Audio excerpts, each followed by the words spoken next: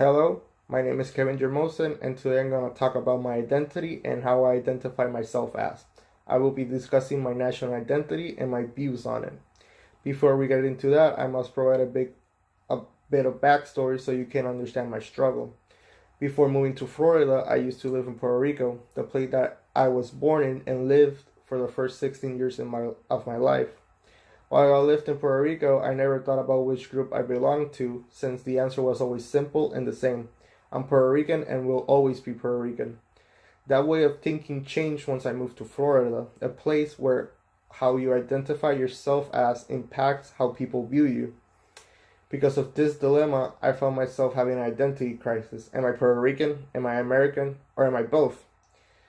Discussing this issue about identity with friends and family did not provide clarity, since everybody had a different opinion. For example, when talking to my dad, he would say, "We are here on borrowed time. The day Americans decide to kick us out, we have to go." Then I thought to myself, are we not legally Americans by law since 1917? Does the law mean nothing? So can Puerto Ricans truly call themselves American? When talking to a friend, he would say, "You're American, but at the same time you're Puerto Rican, because you were born and raised on the island."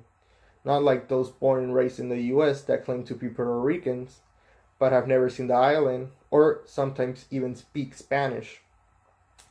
Yet I ask myself again, so if my national identity is tied to where I was born and raised, does that mean I can never call myself American?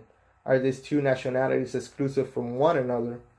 Once I arrived at UCF and interacted with people from all walks of life, different states and countries, I found the answer to my question.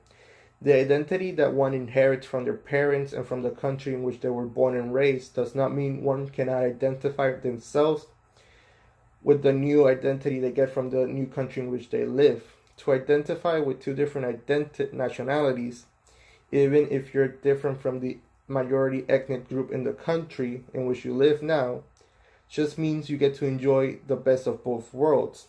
Don't stop yourself from experiencing new things in life just because somebody or you tell yourself that you cannot do something because you're not part of that group.